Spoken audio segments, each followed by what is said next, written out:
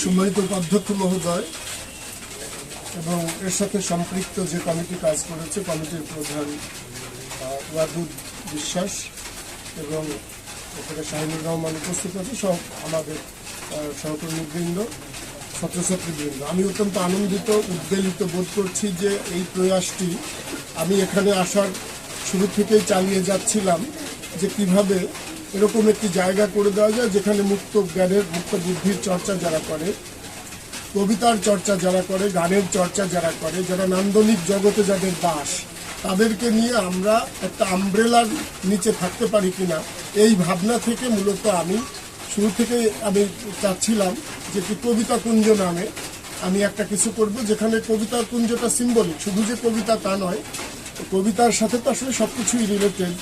এখানে আমরা বিতর্ক চর্চা করব, এখানে আমরা গানের চর্চা করব, কাব্য চর্চা করব, এমনকি মুক্ত চিন্তার বিকাশ যদি কোনো পাঠচক্র যদি তৈরি হয় সেটাও তারাও কাজ করবে।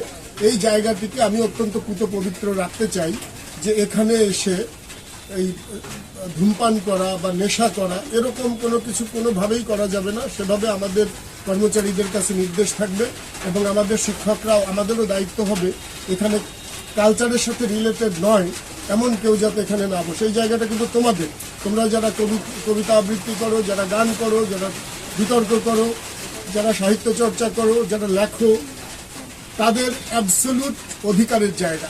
অন্য কাউকে দেখলেও তোমরা বলে কয়ে যে এটা ভাই আমাদের জায়গা, এই জায়গাটা কিন্তু লেখা আছে কবিতা কুঞ্জ, আমরা এর সাথে রিলেটেড, আপনারা দয়া করে অন্য জায়গায় বসেন, এই জায়গাটার পবিত্রতাটা নষ্ট করে যাবে না। আমি দুর্জয়কে বলি যে দুর্জয় এই শহরে সংস্কৃতি নিয়ে কাজ করে, বিতর্ক বিকাশে কাজ করে, ওর কিছু মননশীল, সংবেদনশীল, ওর কিছু অনুসারী আছে যারা এই কলেজে বিভিন্ন সময় পদার্পণ করে। এই কলেজে অনেক স্টুডেন্ট আছে যারা ওর সাথে কাজ করে। তো আমি ওকেও বলবো যে এখানে একটি বিশুদ্ধ সংস্কৃতি চর্চা যাতে হয়, নির্মল বিনোদনের চর্চা যাতে হয়, সেই বিষয়টাকে তার প্রতিবিধান যাতে করা যায়।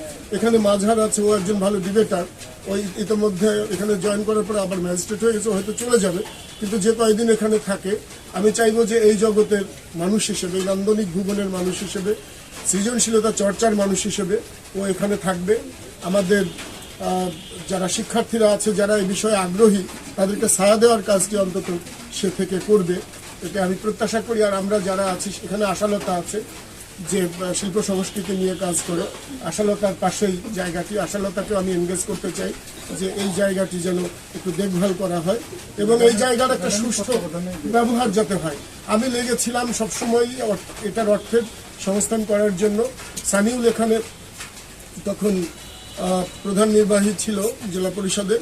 সানিউলের সাথে আমার একটা বন্ধুত্বপূর্ণ সম্পর্ক ছিল, কারণ সানিউল নান্দনিক কাজগুলি করে থাকে, তারও আগ্রহ ছিল। আমি তার সাথে কয়েকটা বৈঠক দিয়েছি। আমি তার কাছে আগে রূপরেখা নিয়েছি যে কত টাকা আমাকে দিতে পারবে। সে বলেছিল যে স্যার 3 লাখের উপরে যদি আপনি যান তাহলে আপনার সেখানে আবার ওপেন টেন্ডার হবে, ওই দেখালে 7 লাখ দিলাম, ওই কন্ট্রাক্টর এসে 4 লাখ নিয়ে গেল, তাহলে আপনার ওটা লাভ নেই। হ্যাঁ, তো আপনার আমি 3 লাখই দিই, 3 লাখের মধ্যে ভ্যাট বাদ দিয়ে মোটামুটি আমাদের যেটা করা হয়েছে এটা খুব সুন্দরভাবে করছে। আমি ওয়াদুদকে ধন্যবাদ জানাই, তার টিমকে ধন্যবাদ জানাই, যারা রীতিমতো নিয়মিত দেখভাল করেছে। কিন্তু এই জায়গাটি যাতে আমাদের এই নান্দনিক পারপাসে ব্যবহার হয়, অনান্দনিক কিছু থাকলে, বিভৎস কিছু থাকলে, কুৎসিত কিছু থাকলে সেটাকে প্রতিহত করার দায়িত্ব আমাদের সবার। আমরা এই জায়গাটি প্রকৃতপক্ষেই আমরা মেধাবীদের জন্য, মননশীল মানুষের জন্য, সংস্কৃতি প্রেমী মানুষের জন্য আমরা তৈরি করেছি। সেটাকে মাথায় রেখে কাজ করতে হবে।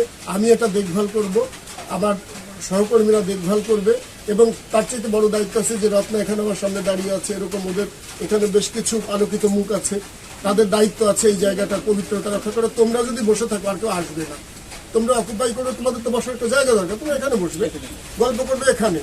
তোমরা বসে থাকলে যেটা আমাদের জায়গা, এটা কিন্তু তোমাদের যে মানে সেন্স অফ বিলঙ্গিং ইংরেজিতে বলা হয়, তোমাদের এই জায়গার ক্ষেত্রে কিন্তু একটা সেন্স অফ বিলঙ্গিং আছে যে এই জায়গাটা একেবারেই আমাদের, স্যার আমাদের জন্য করেছে। এবং কলেজের টাকা আমি করিনি।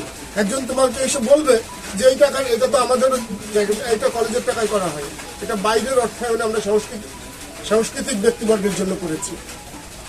এবং আমিও এই জগতেরই মানুষ।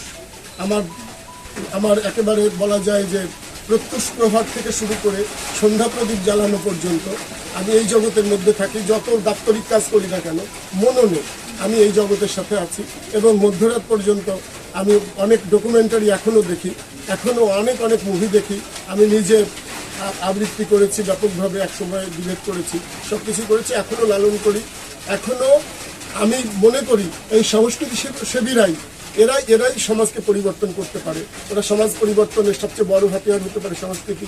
এ লক্ষ্যে দুর্জয়রা কিন্তু কাজ করছে পরিবর্তনে। আমরা একটা সংগঠন করে, তো আমরা সেই পরিবর্তনে আমিও একাত্মবোধ করি যে আমরাই সবকিছু বদলাতে পারি।